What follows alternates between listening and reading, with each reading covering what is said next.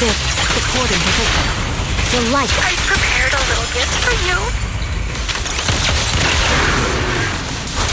I made dangerous material by abducting and corrupting a high-ranking officer.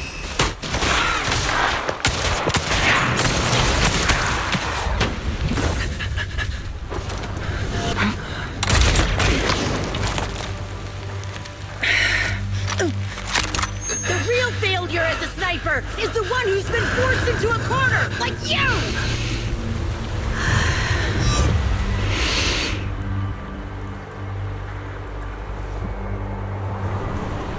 The wind. It's shifting.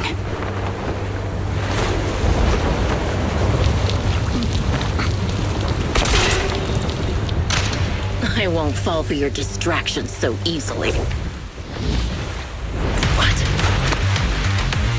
I will surpass you with my own melody of victory.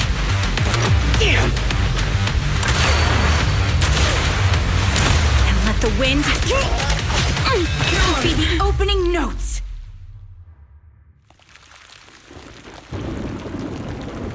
Charon! No! Wake up! Charon!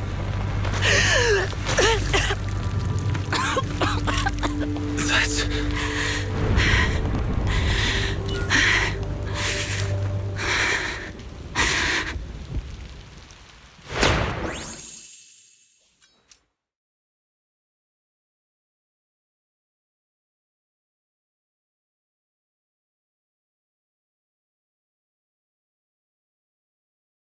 Just you? Where's your friend, the proxy? The proxy went to rescue the hostages. I want to speak with you alone. A sniper should always monitor the changes to their surroundings, factoring the environment into their tactics. Being blinded by the intent to kill and failing to take this into account was your downfall. Didn't expect to be lectured by a youngster. What a disgrace. When my view was blocked, I realized you'd used the visual blind spot to reposition. So I adjusted my aim accordingly. But I still couldn't hit you. Your prediction and accuracy were spot on. I was just saved once again by this. By both this harmonica, and by my former comrades. Are you trying to say that this is destiny? That it's the will of my companions guarding me? I lost to the wave of ethereals, to the military's betrayal. And now I lose to your reckless actions, driven by some ridiculous fantasy. Your fantasy, your attitude, your very existence, and the outcome of this battle. They are the greatest denial and insult to my revenge. Yet you're emitting a much calmer ether energy now. Almost as if you found relief. My vision is fading. I can't see my comrades on the brink of death anymore. My wounds are fatal. I don't feel any pain. Relief. It's not such a bad thing. Did you intend for me to kill you from the start? Let me answer that question with a story. The first time I saw you was actually during the fall of the old capital. My comrades were all dead, and the reinforcements the higher-ups promised before the mission never came. I can't even remember how long the fight went on. Ultimately, I had no choice but to retreat, failing to bring back my squad mates' bodies. I made my way through one battle line after another. The advanced troops were nearly wiped out. But when I reached a certain front, a small squad of survivors called out to me. Few people can still stand after such severe corruption and injury, but all 5 of them were still fighting. They were protecting a girl who had lost her sight and fallen unconscious while searching for a way out of the hollow. They told me they were beyond saving, and if I planned to retreat, I must take the girl with me. I couldn't turn down the last request of a group of heroic soldiers about to die in battle. Your comrades entrusted your life to me. I was the one who brought you out of the hollow. You already know what happened afterward. It didn't take long for you to leave the Defense Force after you came to. Just like me. I developed PTSD so intense that sometimes I couldn't even hold a normal conversation. But for me, the hardest blow was the death of my squad. To an orphan like me, they were family.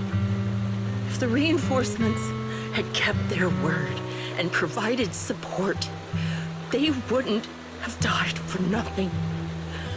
Don't you ever have that thought? To say I don't would be a lie. But I think deep down you know. From the moment we stepped into the hollow, there was no way we were getting saved. Given how quickly the hollow was spreading, and the ever-increasing number of ethereals, it would take the sacrifice of countless Defense Force troops to suppress it. It wasn't something that could have been accomplished in such a short time. The reinforcements would have only been a drop in the bucket.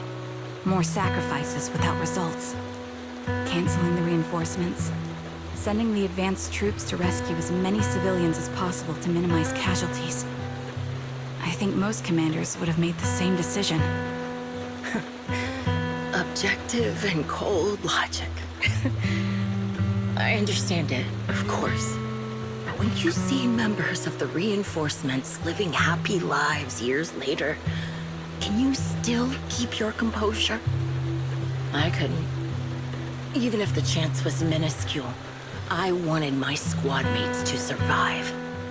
But they turned that chance to zero, and still have the nerve to embrace a peaceful future. I can't help but resent them.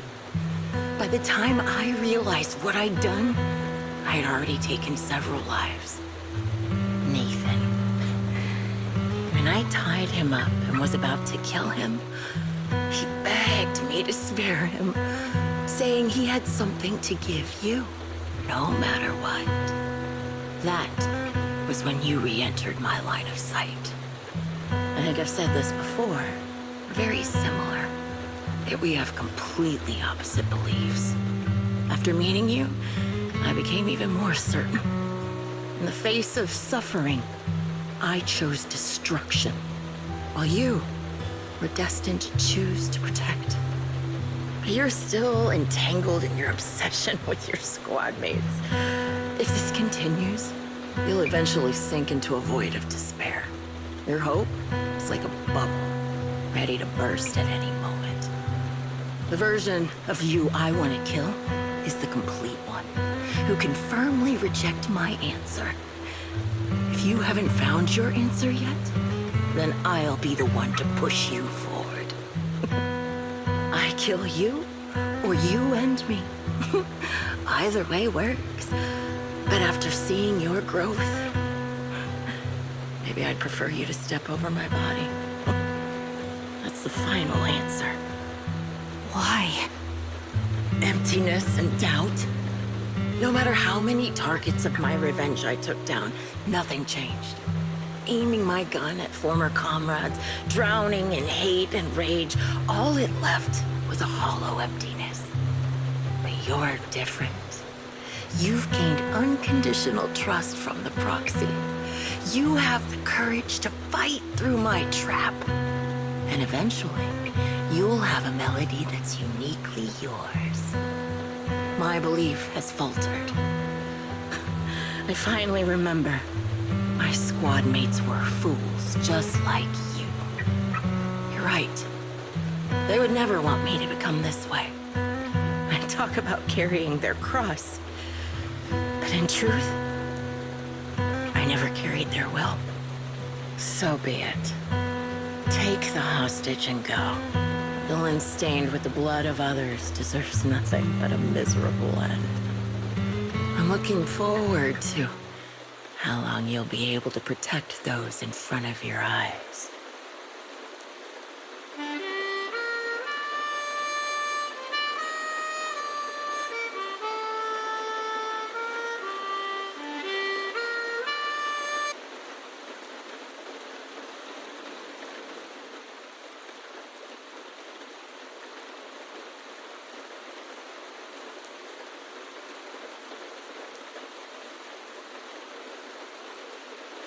can still be played after taking a bullet. Impressive. This is my final melody to you. No matter how miserable you've become, I'll still remember you. Remember we once shared the same path in life, but in the end, our paths diverged. Your hatred has long twisted into sin, but if not for you, I wouldn't have learned how to hate, or found the true targets of my hatred. I used to know nothing.